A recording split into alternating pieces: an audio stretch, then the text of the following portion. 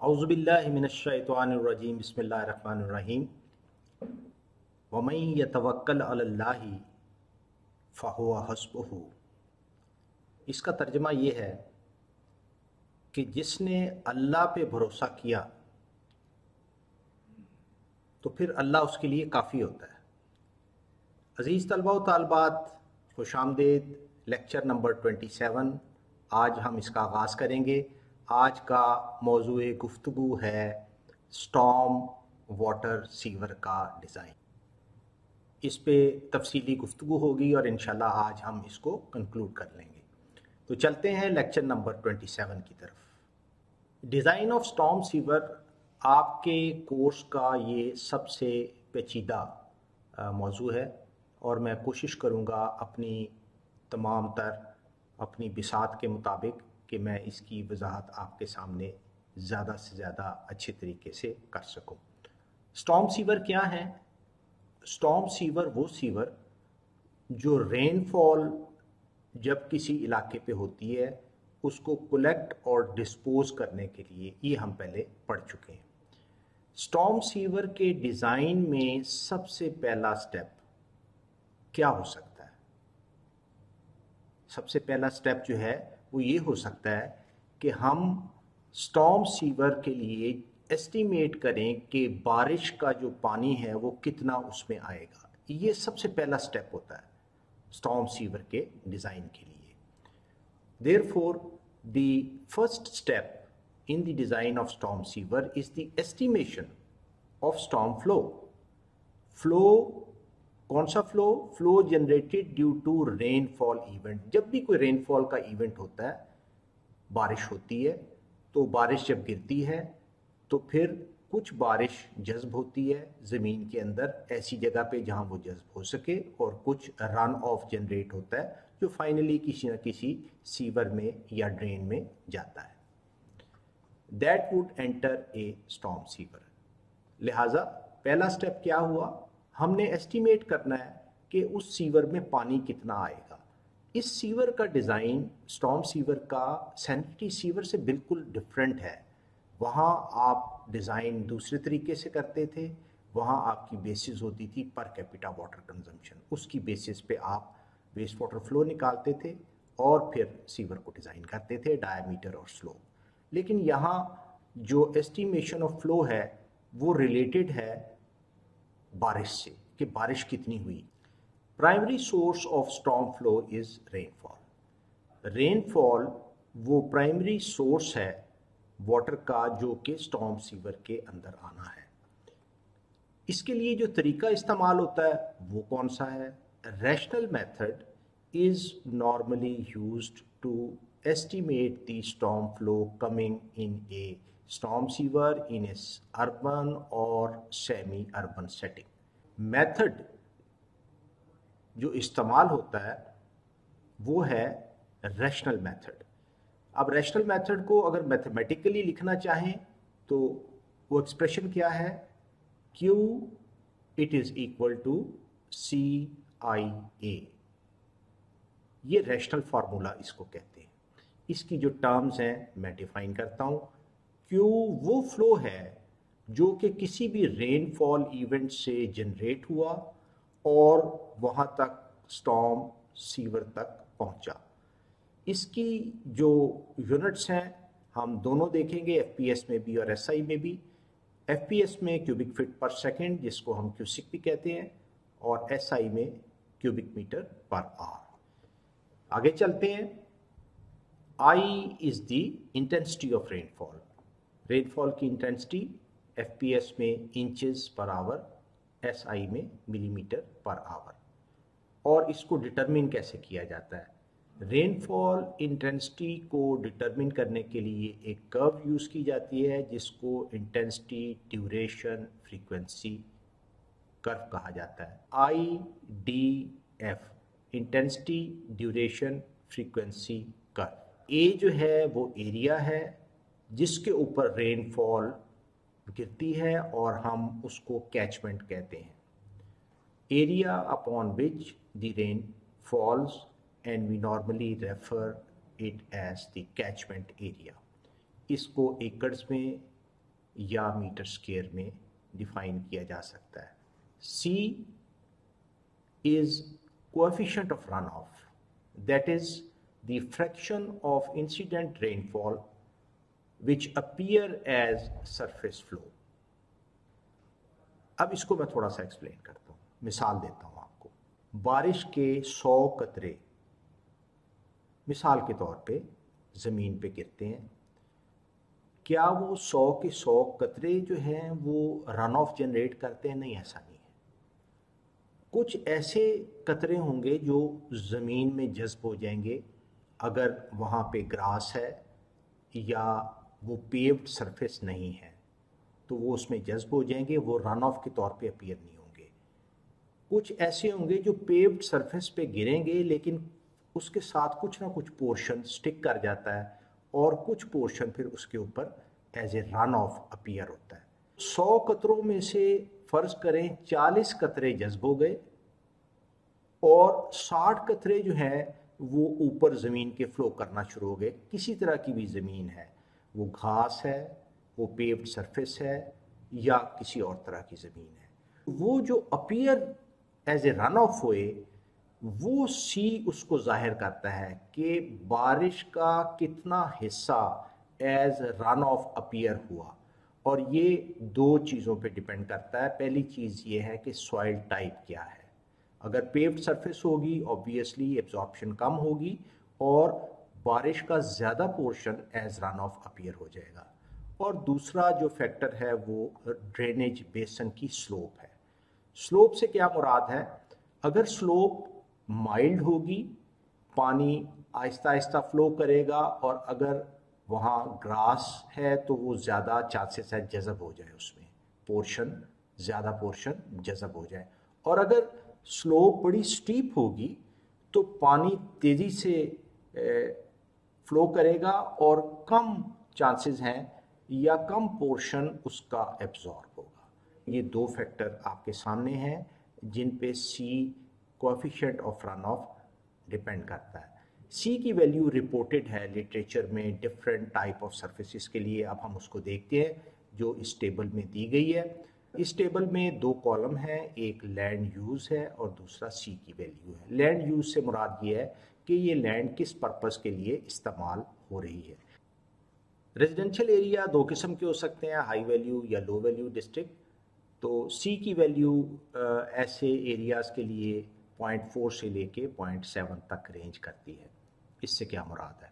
इससे मुराद ये है कि 0.4 से मुराद ये है कि अगर 100 कतरे बारिश के गिरते हैं तो 60 जज़ब होंगे, 40 कतरे एज रन ऑफ अपीयर होंगे, या 40% आप कह लें, 100 में से 40 40%, या फिर 30 जज़ब होंगे और 70 जो हैं 70% वो एज रन ऑफ अपीयर होंगे।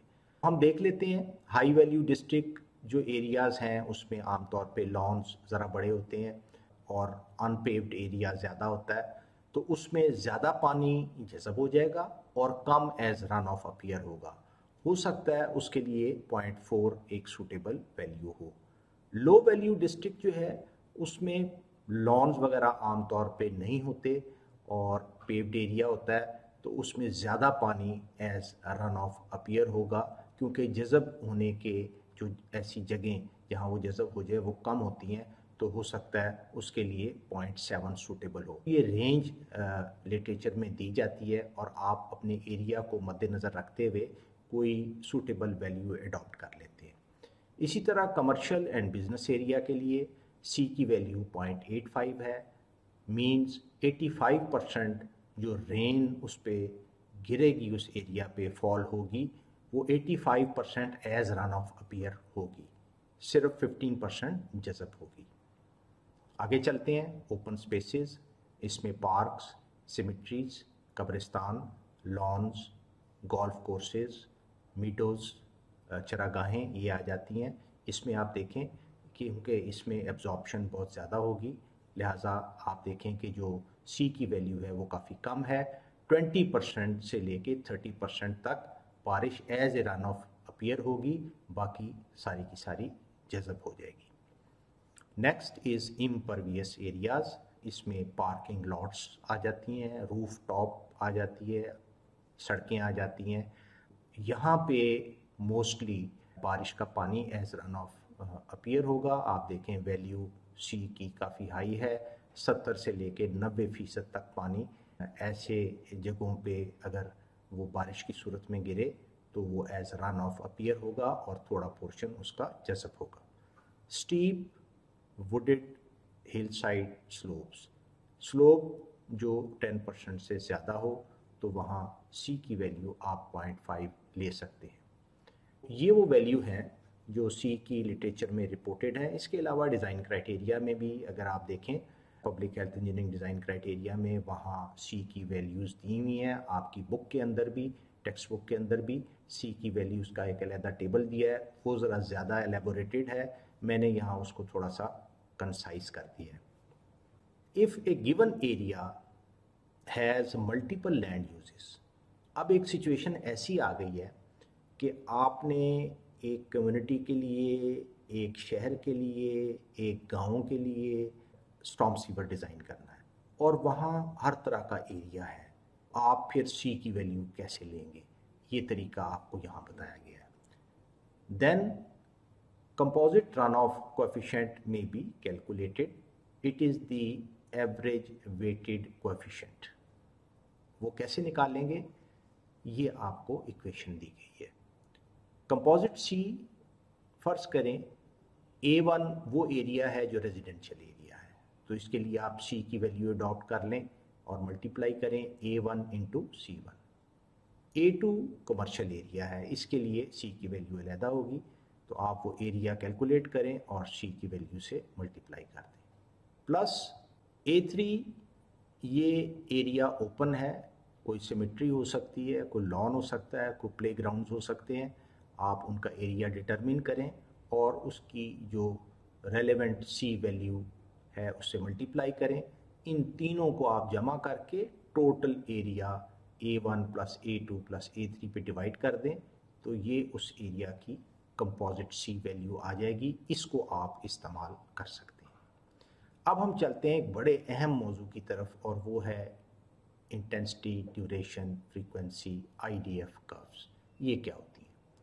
IDF curves is the basic record or data used in the design of storm sewer. याद रखें कि storm sewer का डिज़ाइन IDF कर्व के बगैर नहीं हो सकता, लेकिन पाकिस्तान में एक मुश्किल ये है कि हमारे तकरीबन तमाम पाकिस्तान के लिए कहीं भी IDF कर्व्स को डेवलप नहीं किया गया। इंस्टीट्यूट ऑफ एनवायरमेंटल इंजीनियरिंग में 2 MSc के थीसिस किए गए, जिनमें लाहौर और फैसलाबाद, इन दोनों के लिए शहरों के लिए IDF कर्व्स डेवलप की गई। इसके लिए तकरीबन 50 से लेके 60 साल तक का रेनफॉल डाटा लिया जाता है और उस डाटे से फिर IDF कर्व्स को डेवलप किया जाता है। अगर आप इसकी तफसील देखना चाहते हैं कि IDF कर्व को कैसे डेवलप किया जाता है, तो MSc का थीसिस है वासिफ अली का, ये हमारी लाइब्रेरी में मौजूद है इंस्टीट्यूट की, आप इसको देख सकते हैं। और इन्होंने, वासिफ अली ने लाहौर के लिए IDF कर्व्स डेवलप की। दूसरा थीसिस है अली अब्दुल्ला रिजवी का, इन्होंने फैसलाबाद के लिए IDF कर्व डिज़ाइन की। आप IDF कर्व डिज़ाइन करने का तरीका मैं आपको वासिफ अली का थीसिस रेफ़र करूँगा, इसमें काफ़ी तफसीली गुफ्तगू की गई है, बहस की गई है और जो शॉर्ट कमिंग्स हैं हमारे डाटा के अंदर उनको भी एड्रेस किया गया है और उनको किस तरह कन्वर्ट करना है उस डाटा में कि फिर IDF कर्व बन जाए, वो तरीके भी दिए गए। अगर मैं USA की बात करूं तो वहाँ पे जो स्टेट ऑर्गेनाइजेशन रेलिवेंट हैं उन्होंने IDF कर्व्स को डेवलप किया है पूरे अमेरिका के लिए। जब भी किसी को स्टॉर्म सीवर किसी इलाके का डिज़ाइन करना पड़ता है, वेबसाइट पे ये IDF कर्व्स मौजूद हैं, वहाँ से IDF कर्व लेके वो सीवर को डिज़ाइन कर सकता है। लेकिन हमारे यहाँ जिस तरह कि मैंने अभी आपसे गुजारिश की है कि सिर्फ लाहौर और फैसलाबाद के लिए IDF कर्व्स हैं, अब आपके ज़हन में ज़रूर ये सवाल आएगा कि अगर सिर्फ लाहौर और फैसलाबाद के लिए हैं और आपको अगर गुजरांवाला के लिए स्टॉर्म सीवर डिज़ाइन करना पड़ जाता है तो आप क्या करेंगे, इसका हल भी मैं आपको बताऊंगा आगे चल के। आपके सामने आईडीएफ कर्व्स हैं। ये लाहौर की आईडीएफ कर्व्स हैं जो वासिफ अली ने डेवलप की, जो एमएससी के स्टूडेंट इंस्टीट्यूट के थे और उनका थीसिस लाहौर के स्टॉर्म वाटर मैनेजमेंट मॉडल पे था। अगर आप देखें एक्स एक्सिस पे टाइम मिनट्स, 0, 15, 30 मिनट्स, 45 मिनट्स और ये आगे चलता जाता है। वाई एक्सिस पे अगर आप देखें तो ये रेनफॉल इंटेंसिटी दी हुई है इंचेस पर आवर में। ये 0 से वैल्यू स्टार्ट होती है 0.5, 1, 1.5 inch per our, 2 inch per our, 2.5 inch per our. Legend में अगर आप देखें तो 2 years, 5 years, 10 years, 25 years, 50 years, ये रिटर्न पीरियड है। रिटर्न पीरियड क्या होता है इस पे आगे चल के मैं अभी बात करूँगा। इसका इस्तेमाल मैं आपको एक मिसाल दे के समझाने की कोशिश करता हूँ। फ़र्ज़ करें कि रेनफॉल 15 मिनट के लिए होती है। आप रिटर्न पीरियड 2 ईयर का लेते हैं तो 2 ईयर की कर्व ये आईडीएफ कर्व बनी हुई है। 15 मिनट्स आप एक्स एक्सिस से लेंगे, ऊपर मूव करेंगे, 2 ईयर्स रिटर्न पीरियड की कर्व को हिट करेंगे और फिर वाई एक्सिस पे जाएंगे। यहाँ 2.5 इंचेस पर आवर, यहाँ से आप इंटेंसिटी को ले लेंगे और रैशनल फार्मूला के अंदर उसको पुट करेंगे। इस तरह आईडीएफ कर्व को इस्तेमाल किया जाता है। यहाँ 2 चीज़ें अभी तशना हैं। नंबर 1, रिटर्न पीरियड क्या चीज़ है, और ये जो ड्यूरेशन ऑफ रेनफॉल है या कोई भी ड्यूरेशन जिससे आप स्टार्ट करेंगे आईडीएफ कर्व में, वो कैसे सिलेक्ट करनी है, ये आगे चल के मैं इस पे मज़ीद वजाहत आपके सामने दूंगा। अब हम आ जाते हैं रेनफॉल इंटेंसिटी की तरफ। The design rainfall intensity is the intensity of A storm. Storm कहते हैं कोई भी rainfall event having the specified design return period. इसको रिटर्न पीरियड को फ्रीक्वेंसी भी कहा जाता है। एंड ड्यूरेशन, 2 चीज़ें आ गई यहाँ पे, रिटर्न पीरियड आ गया और ड्यूरेशन आ गई, equal to the time of concentration. अब ये एक नई टर्म आ गई, टाइम ऑफ कंसंट्रेशन, इसको भी मैं डिफाइन करूँगा। For the specific drainage area for which the storm sewer is being design. Once value for design return period and duration are available, the design rainfall intensity can be determined from IDF curves. अभी मैंने आपको ये मिसाल दी है, उसको मज़ीद strengthen करने के लिए, रेपिटिशन के लिए, ताकि आपको बार बार वो चीज़ रिपीट हो तो आपको बेहतर अंदाज में समझ आ जाए। मैं दोबारा उस कर्व की तरफ जा रहा हूँ। आखिरी फिक्रा क्या है, once value for design return period and duration are available, the design rainfall intensity can be determined from IDF curve. चलते हैं IDF curve की तरफ। फिक्रा क्या था, once the return period 2 years and duration has been determined, you can find the intensity.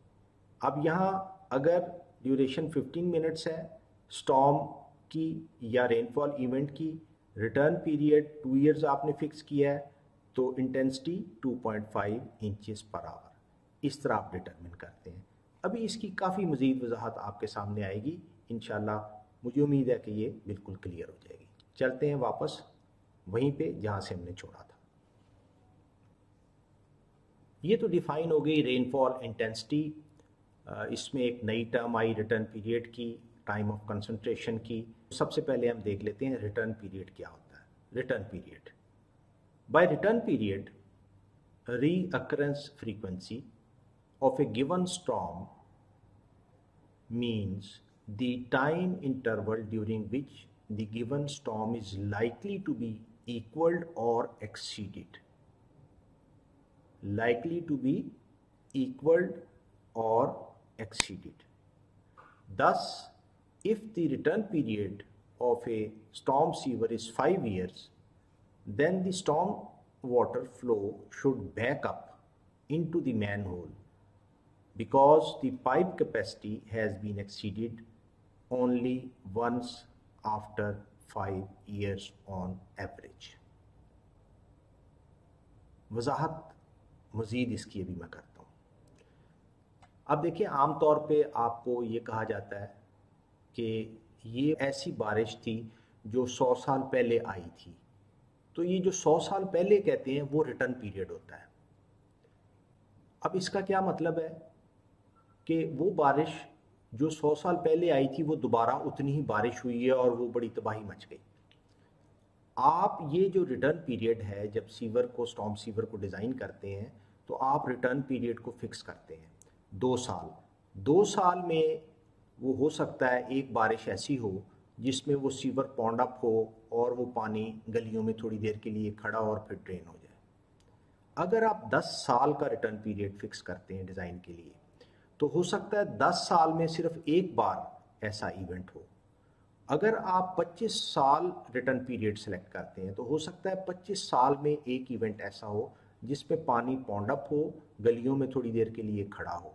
तो जैसे जैसे आप रिटर्न पीरियड बढ़ाते जाते हैं, आप उसका जो चांसेस हैं प्रोबेबिलिटी पॉन्डिंग की, वो कम करते जाते हैं। लेकिन इसकी एक दूसरी साइड भी है। जैसे जैसे आप रिटर्न पीरियड बढ़ाते जाते हैं, सीवर के साइजेस जो हैं वो बढ़ते जाते हैं, प्रोजेक्ट की कॉस्ट बढ़ती जाती है, तो आपके रिसोर्सेज जो हैं वो भी फिर आपको देखने पड़ते हैं कि क्या आपके पास इतने रिसोर्सेज हैं कि आप लंबे रिटर्न पीरियड का प्रोजेक्ट वो कंस्ट्रक्ट कर सकें। पाकिस्तान में मैं आपको बताऊं, आमतौर पे 5 साल, बहुत ही ज़्यादा अगर हो तो 10 साल इसका रिटर्न पीरियड पे स्टॉर्म स्ट्रक्चर्स को डिज़ाइन किया जाता है। यूनाइटेड स्टेट्स ऑफ अमेरिका में 25 से लेके 50 साल तक रिटर्न पीरियड लिया जाता है स्टॉर्म वाटर स्ट्रक्चर्स के लिए। ऑब्वियसली उनके पास रिसोर्सेज ज़्यादा हैं, वो ज़्यादा रिटर्न पीरियड का बना सकते हैं।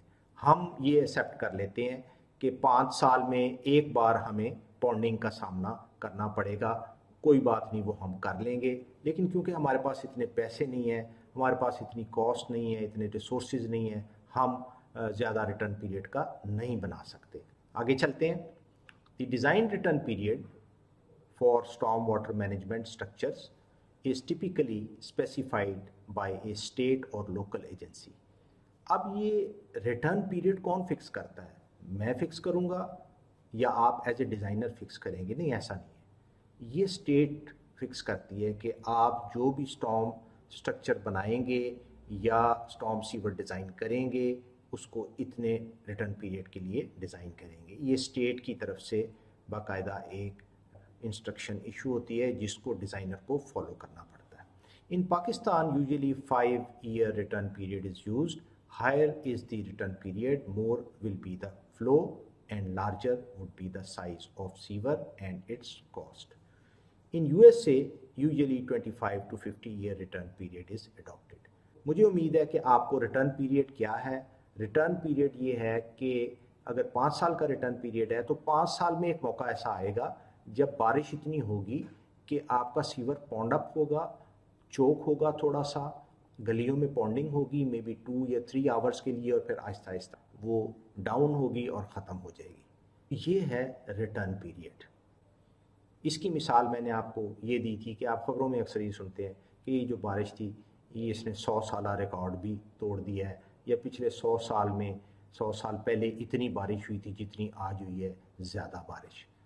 तो ये सादा अल्फाज में मैंने रिटर्न पीरियड आपको समझाने की कोशिश की है। आगे चलते हैं टाइम ऑफ कंसंट्रेशन की तरफ। ये भी एक नई टर्म थी जो आपके सामने आई थी और ये बड़ी अहम है। डिज़ाइन में IDF कर्व्स में सबसे पहले आप क्या करते हैं? टाइम ही सिलेक्ट करते हैं। टाइम ऑफ कंसंट्रेशन, इसको मैं अगर TC से ज़ाहिर करूँ तो ये क्या चीज़ है?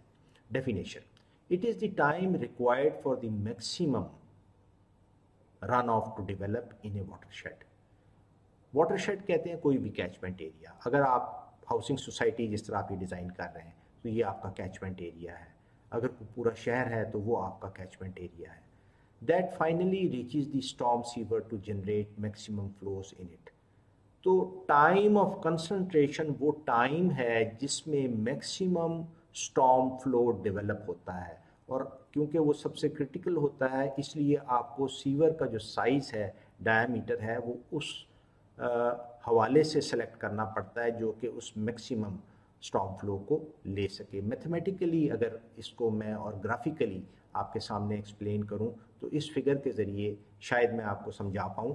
Time of concentration it is equal to inlet time plus time of flow in the sewer. ये आपके सामने एक फिगर है, इसमें दो कैचमेंट दिखाए गए हैं। ये एक कैचमेंट है, ये दूसरा कैचमेंट है। ये जो निशान है ये एक इनलेट का निशान है जिससे बारिश का पानी सीवर के अंदर दाखिल होता है। इसको मैंने इनलेट 1 कहा है, I1।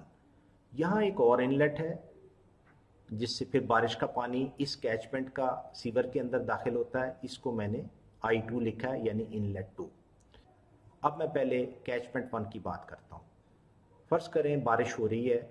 जब बारिश यहाँ गिरती है इस जगह पे तो वो थोड़ी देर में यहाँ तक पहुँच जाती है, लेकिन यहाँ जो बारिश गिरी वो अभी तक यहाँ इनलेट तक नहीं पहुँची। ये फारदेस्ट पॉइंट है जहाँ से बारिश अगर गिरे तो वो सबसे ज़्यादा टाइम लेगी इनलेट तक पहुँचने में। फ़र्ज़ करें मिसाल के तौर पे वो टाइम 5 मिनट है, तो मैं कहूँगा कि इस कैचमेंट के लिए जो इनलेट टाइम है वो 5 मिनट है, जिसमें मैक्सिमम फ्लो डेवलप हो जाता है और फारदेस्ट पॉइंट से भी पानी यहाँ पहुँच जाता है। जो करीबी जगह है वहाँ से तो पहुँच ही जाएगा जल्दी, लेकिन जब तक ये पानी यहाँ नहीं पहुँचेगा मैक्सिमम जो फ्लो है, स्टॉर्म फ्लो, वो यहाँ पे डेवलप नहीं होगा। अब आ जाएं दूसरे कैचमेंट की तरफ। इस कैचमेंट में भी पानी जो गिरेगा वो इनलेट 2 में जाएगा, लेकिन इनलेट 2 पे मैक्सिमम फ्लो कब डेवलप होगा? जब उस ड्यूरेशन के लिए बारिश होगी कि यहाँ गिरा हुआ पानी भी इस इनलेट I2 तक पहुँच जाए। ये मैंने लिखा time of flow in sewer. लिहाजा टाइम ऑफ कंसंट्रेशन इस पॉइंट के लिए I2 के लिए ये बराबर हुआ inlet time plus time of flow in sewer. ये वो टाइम होगा, टाइम ऑफ कंसंट्रेशन, जब मैक्सिमम स्टॉर्म फ्लो इनलेट 2 पे पहुंचेगा।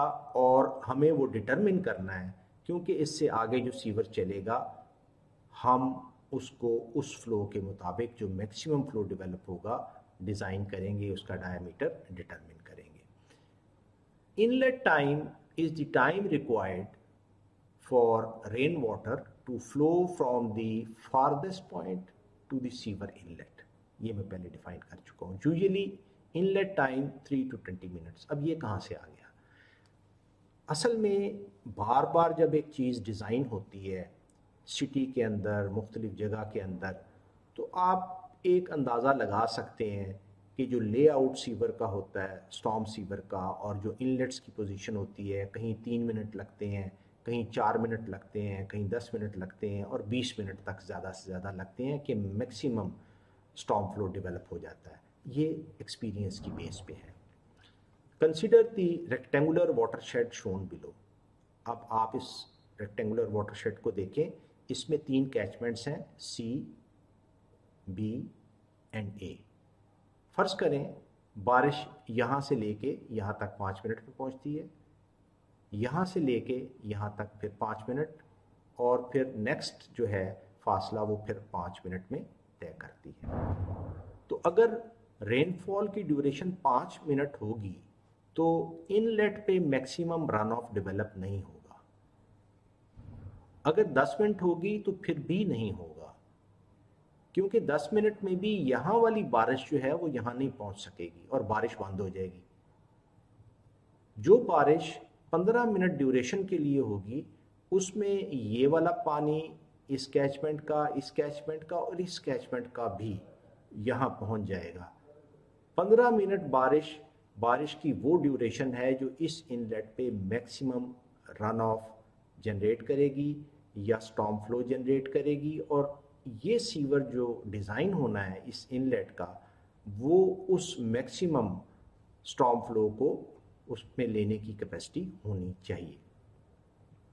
Therefore, only those rainfall events are of interest which are of sufficient duration to develop a maximum runoff. Rainfall data जब आप लेते हैं तो उसमें डिफरेंट इवेंट्स होते हैं। बाज़ औक़ात बारिश 1 या 2 मिनट के लिए होती है, बाज़ औक़ात 5 मिनट के लिए होती है, बाज़ औक़ात 15 मिनट के लिए, और बाज़ औक़ात कई घंटे भी जारी रहती है। आप वो रेनफॉल इवेंट लेते हैं, उसकी ड्यूरेशन जो कि आपके इनलेट टाइम और टाइम ऑफ फ्लो के साथ मैच कर रही हो या उसके बराबर बराबर हो, और ये सारी अप्रॉक्सीमेशन होती है। कोई ऐसा डिज़ाइन नहीं है, या एटलीस्ट मैंने नहीं देखा, जो हर तरह की बारिश के लिए सेफ़ हो। आप देखें, इंग्लैंड में भी, यूनाइटेड स्टेट्स में भी बाज़ औक़ात बारिशें ऐसी होती हैं कि फ्लडिंग हो जाती है, अर्बन फ्लडिंग हो जाती है, अर्बन एरियाज़ के अंदर घर डूब जाते हैं। तो कोई अल्टीमेट सीवर ऐसा अभी तक नहीं बना। ये सारी अप्रॉक्सीमेशंस और एक केयरफुल इंजीनियरिंग जजमेंट, और स्पेशली आपने रिसोर्सेज और कॉस्ट को भी देखना होता है, उसको देखते हुए बनाई जाती हैं कि एक Fairlie long period of time के लिए आपका सिस्टम अच्छा चलता रहे। कभी कभार ऐसा इंसिडेंट ज़रूर होता है जो कि आप की जो सीवर की कैपेसिटी है उससे बहुत ज़्यादा होता है, और पानी की पॉन्डिंग होती है, और कुछ पीरियड के लिए आपको दिक्कत का सामना होता है। अब ये जितनी भी डिस्कशन हमने की है, इसको मैं अगर समराइज़ करूं और स्टेप्स बताऊं कि स्टॉर्म वाटर सीवर को डिज़ाइन करने के स्टेप्स क्या हैं, तो वो कुछ इस तरह से होंगे। Summary of procedure for design of storm sewer. Number 1, find out time of concentration और alternately adopt any recommended value. या तो आप अपना पूरा एरिया एनालाइज करें, मुख्तलिफ जगह पे देखें कि टाइम ऑफ कंसंट्रेशन, वही इक्वेशन जो मैंने आपको ऊपर दी है टाइम ऑफ कंसंट्रेशन की, inlet plus time of flow in the sewer, उसको आप हर जगह पे अप्लाई करें और देखें कि मुख्तलिफ जगह पे टाइम ऑफ कंसंट्रेशन क्या है। अगर ये यकीनन बड़े शहर के लिए ये एक टाइम कंज्यूमिंग काम है, तो दूसरा तरीका इसका क्या है कि कुछ सूटेबल वैल्यू आप टाइम ऑफ कंसंट्रेशन की अडॉप्ट कर लें, may be 5 minute, may be 10 minute, और आपको जो रेंज दी है वो 3 से 20 मिनट्स तक है। ये है पहला स्टेप। ये आपके ऊपर है कि आप किस तरह करना चाहते हैं। आम तौर पे जो डिज़ाइनर हैं वो बहुत डीप डिटेल में और हर पॉइंट पे कैलकुलेट नहीं करते, वो जो नॉर्मली रिपोर्टेड वैल्यूज़ हैं उसमें से कोई एक वैल्यू सेलेक्ट करते हैं। ये मैं आपको एक प्रैक्टिस बता रहा हूँ। Step number 2, adopt a suitable return period. उसके बाद आप रिटर्न पीरियड सेलेक्ट करें। रिटर्न पीरियड जैसे कि मैंने आपको बताया स्टेट खुद डिफाइन कर देती है, तो आपको वही लेना पड़ता है। रिटर्न पीरियड 2 से लेके 100 साल तक हो सकता है। 100 साल का रिटर्न पीरियड जब होगा तो आपका स्ट्रक्चर बहुत बड़ा बनेगा, कॉस्ट बहुत ज़्यादा आएगी। यूजुअली स्टेट डिफाइन, ये जो है रिटर्न पीरियड, ये स्टेट डिफाइन है। Step number 3, adopt a suitable value of C for the area. तो तीसरा स्टेप क्या है, आप सी की वैल्यू डिटरमिन करें लिटरेचर को कंसल्ट करके। In case of multiple land use, find composite C. Step number 4, from the time of concentration TC and return period और रिटर्न पीरियड से find out the design rainfall intensity in inches per hour from the IDF curve. IDF curve से, जिस तरह के मैंने ऊपर explain किया था, आप इंटेंसिटी ऑफ रेनफॉल को डिटरमिन कर लें। If IDF curve is not available, adopt a rainfall intensity from PHED design criteria। ये मैंने आपको ऊपर जिक्र किया था कि जहाँ IDF कर्व्स नहीं है वहाँ आप क्या करेंगे। तो खुशखबरी आपके लिए ये है कि public health engineering design criteria में जो स्टेट डिफाइंड है, वहाँ आपको रेनफॉल इंटेंसिटी मेंशन कर दी गई है कि आप ये ले लें। अगर वो आप अडॉप्ट कर लेते हैं तो आप पे कोई ऑब्जेक्शन नहीं आएगी।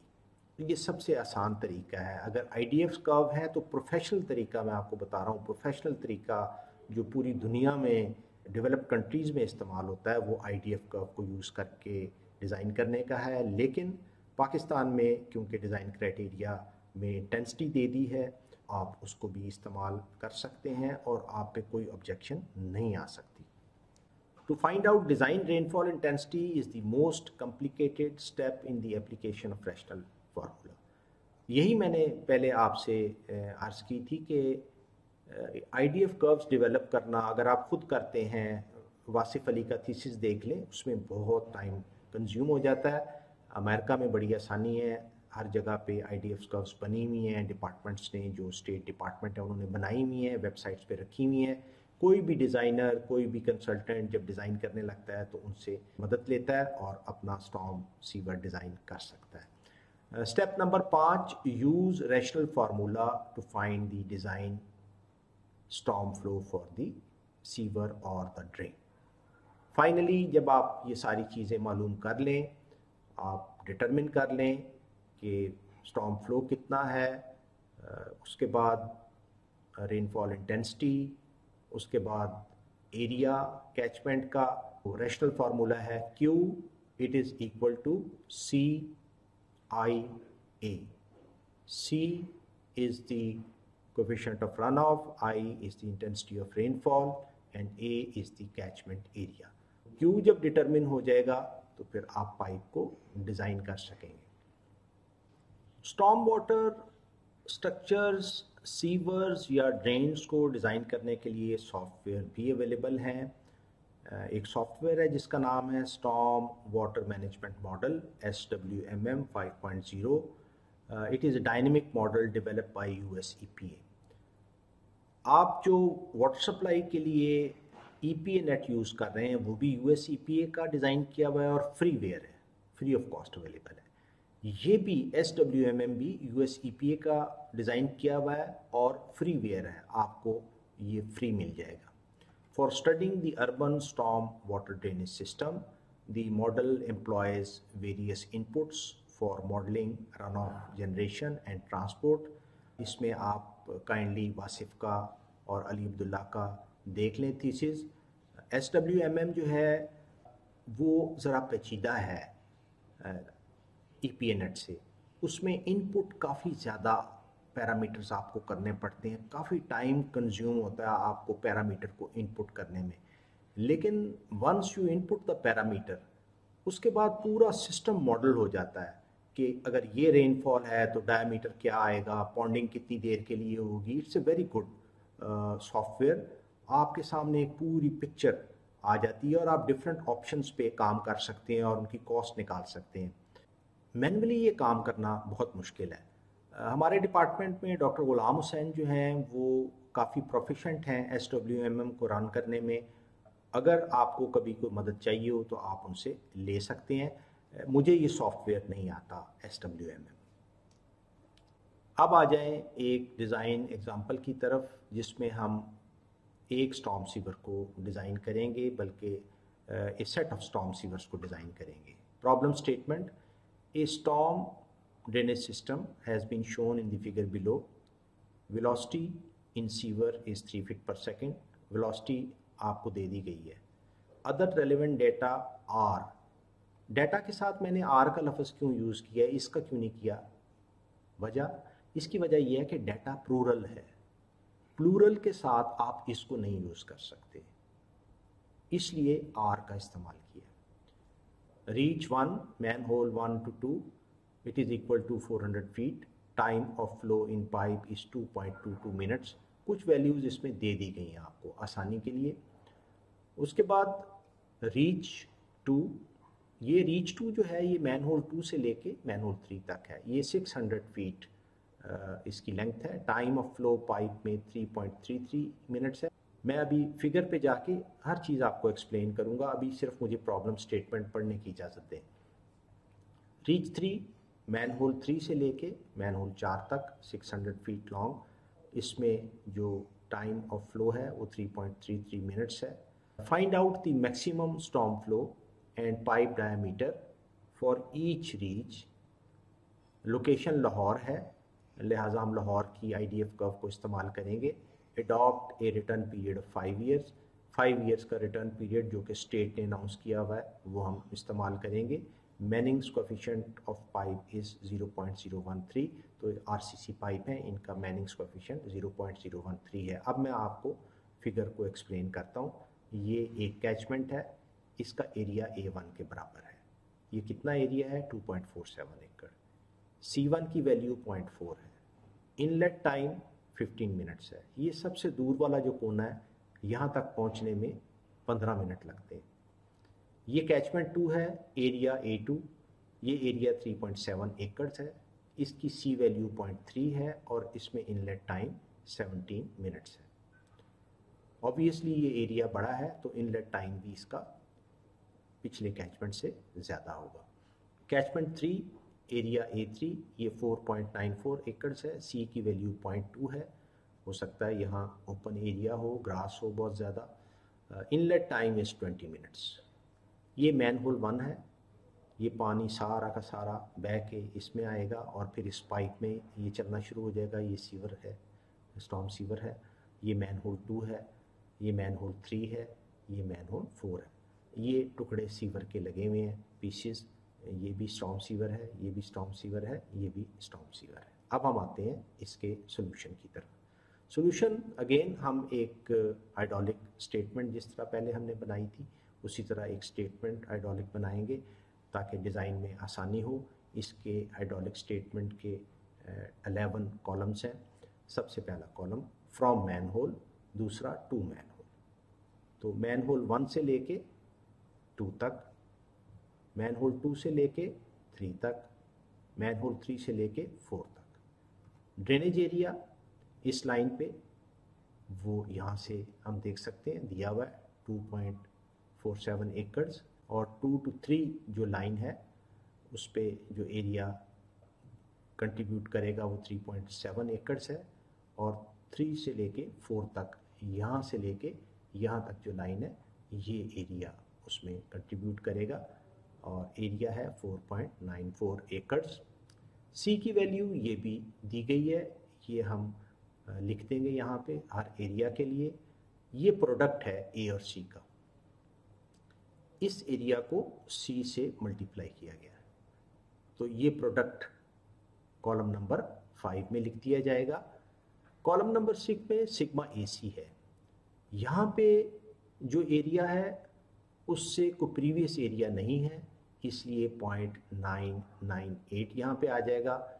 इस 0.998 में जब मैं 1.11 डालूँगा तो ये 2.098 आ जाएगा सिग्मा AC। इस 2.098 में जब मैं ये एरिया ऐड करूँगा तो 3.086 आ जाएगा। तो इस तरह कॉलम नंबर 6 हम डिटरमिन कर लेंगे। कॉलम नंबर 7 में इनलेट टाइम है, ये भी गिवन है, यहाँ 15 मिनट्स है, ये देखें 15 मिनट्स। यहाँ पे 17 है, A2 में ये 17 मिनट्स, और A3 में 20 मिनट्स है, ये 20 minutes. Column number 8 time of flow in pipe, ये भी प्रॉब्लम स्टेटमेंट के अंदर दे दिया गया है। 1 to 2 2.22 minutes, 2 to 3 3.33 minutes, 3 to 4 3.33 minutes. अब हम आते हैं कॉलम नंबर 9 की तरफ, टाइम ऑफ कंसंट्रेशन। इस पे ज़रा मैं चाहूँगा कि आप पूरा ज़रा फोकस कर लें, तवज्जो कर लें। इसमें थोड़ी सी पेचीदगी है और समझने की ज़रूरत है। इस कैचमेंट का जो टाइम ऑफ कंसंट्रेशन है वो इनलेट टाइम के बराबर होगा, जो कि ये 15 मिनट लिखा हुआ है, ये मैंने 15 मिनट यहाँ पे लिख दिया है।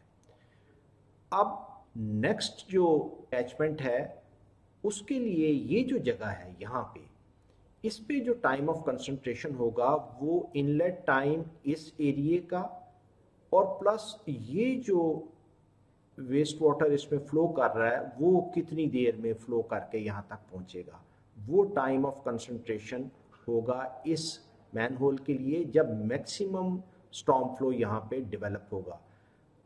अगर आप देखें प्रॉब्लम स्टेटमेंट पे, मैं दोबारा जाता हूँ प्रॉब्लम स्टेटमेंट पे, आप देख लें ताकि बिल्कुल चीज़ क्लियर हो जाए। ये देखें टाइम M1 to M2, ये 2.22 मिनट्स लिखा हुआ है। अब आ जाए नीचे, इनलेट टाइम 17 और अगर 2.22 ऐड करें तो 19.22। तो इस जगह के लिए, इस सीवर के लिए जो टाइम ऑफ कंसंट्रेशन होगा वो इनलेट टाइम इस कैचमेंट का और प्लस ये भी जब फ्लो करके आ जाएगा तो यहाँ पे मैक्सिमम स्टॉर्म फ्लो डेवलप होगा, जिसके लिए फिर हमें सीवर को नेक्स्ट को डिज़ाइन करना पड़ेगा। आगे चलते हैं। ये सीवर M3, इसके लिए टाइम ऑफ कंसंट्रेशन क्या होगा? ऑब्वियसली इनलेट टाइम तो होगा ही होगा, लेकिन इसके लिए ये जो दो टाइम हैं 2.22 और 3.33, ये मैं आपको प्रॉब्लम स्टेटमेंट में ऊपर दोबारा दिखा देता हूं। रीच टू M2 से M3 तक 3.33। Therefore inlet time plus time of flow from M1 to M2 plus time of flow from M2 to M3, 2.22 plus 3.33 plus 20, ये 25.55 बन जाएगा। कॉलम 9 में टाइम ऑफ कंसंट्रेशन डिटरमिन कर लिया गया। Column number 10, intensity of rainfall. Intensity of rainfall, क्योंकि ये time of concentration हमने डिटरमिन कर लिया है, अब हम आईडीएफ कर्व लाहौर की इस्तेमाल करेंगे intensity of rainfall inches per hour determine करने के लिए। रिटर्न पीरियड 5 ईयर्स है, ड्यूरेशन हमें मालूम हो गई है जिसको हम टाइम ऑफ कंसंट्रेशन कहते हैं। टाइम ऑफ कंसंट्रेशन वो टाइम है जिसमें मैक्सिमम स्टॉर्म फ्लो डेवलप होगा। तो चलते हैं लाहौर की आईडीएफ कर्व्स की तरफ और देखते हैं कि 5 ईयर रिटर्न पीरियड और 15 मिनट ड्यूरेशन के लिए रेनफॉल इंटेंसिटी क्या है वहाँ पे। लाहौर की IDF curves, 5 year return period, ये ऑरेंज सी लाइन है 5 ईयर रिटर्न पीरियड के लिए। 15 मिनट्स पे मैं आया और ऊपर की तरफ मूव किया और ये मैंने 5 ईयर रिटर्न पीरियड की कर्व को हिट किया और जब मैं इधर वाई एक्सिस पे मूव किया तो अप्रॉक्सीमेटली 5 इंचेस पर आवर। चलते हैं वापस उसी टेबल की तरफ। अगर आप देखें तो इंटेंसिटी ऑफ रेनफॉल 5, इसी तरह 19.22 और 25.55 मिनट्स टाइम ऑफ कंसंट्रेशन। अगर मैं यहाँ पे लिख भी दूँ तो शायद बहुत ही बेहतर हो जाए, और गालबन मैं पहले लिखना इसको ओमिट कर गया था, मैं इसको लिख देता हूँ time of concentration in minutes. बिल्कुल इसी तरह जिस तरह हमने 15 मिनट्स के लिए आईडीएफ कर्व को देखा है, हम 25.5 और रिटर्न पीरियड 5 इयर्स के लिए इंटेंसिटी वहाँ से देख लेंगे। कॉलम नंबर 10 में इंटेंसिटी को डिटरमिन कर लिया गया और यहाँ पे हमारा काम ख़त्म हो गया। अब हम डिस्चार्ज की तरफ जा रहे हैं, स्टॉर्म फ्लो की तरफ जा रहे हैं। क्यू जो है वो बराबर है CIA के। जो सीवर है मैनहोल 1 से लेके मैनहोल 2 तक, उसके लिए C हमें मालूम है, एरिया हमें मालूम है, ये एरिया दिया हुआ है, और इंटेंसिटी हमें मालूम है, तो हम डिस्चार्ज निकाल सकते हैं 4.94 क्यूसिक। तो ये सीवर जो है ये डिज़ाइन फ्लो आ गया, इसके लिए डायमीटर डिटरमिन किया जाएगा। सीवर मैनहोल 2 से लेके मैनहोल 3 तक, उसके लिए ये ड्रेनेज एरिया है, ये C की वैल्यू है और ये I की है। Q is equal to CIA, ये 9.44 डिटरमिन हो गया। ये इस सीवर के लिए मैनहोल 2 से लेके मैनहोल 3 तक 9.44 क्यूसिक डिस्चार्ज होगा और इसके अकॉर्डिंगली हम डायमीटर इसका डिटरमिन करेंगे जो ये डिस्चार्ज ले सके।